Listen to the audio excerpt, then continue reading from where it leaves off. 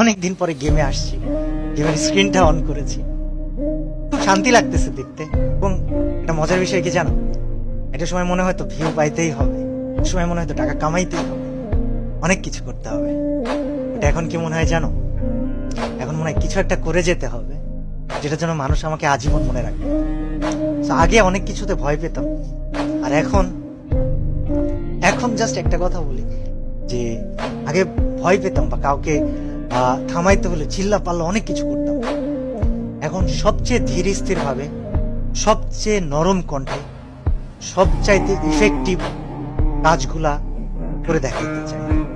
আমার জন্য দোয়া করো, আমার সাথে থাইকো।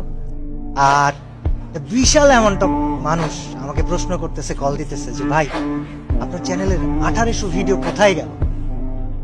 ওয়েল, কোথায় গেল কি হলো তোমাদেরকে বলবো না, তবে বিষয় হচ্ছে যে একটা পরিকল্পনা ছিল, আছে। আমার জন্য দোয়া করো যেন আমি পরিকল্পনাটা বাস্তবায়ন করতে পারি এবং তোমরা আমাকে মনে রেখো আজীবন।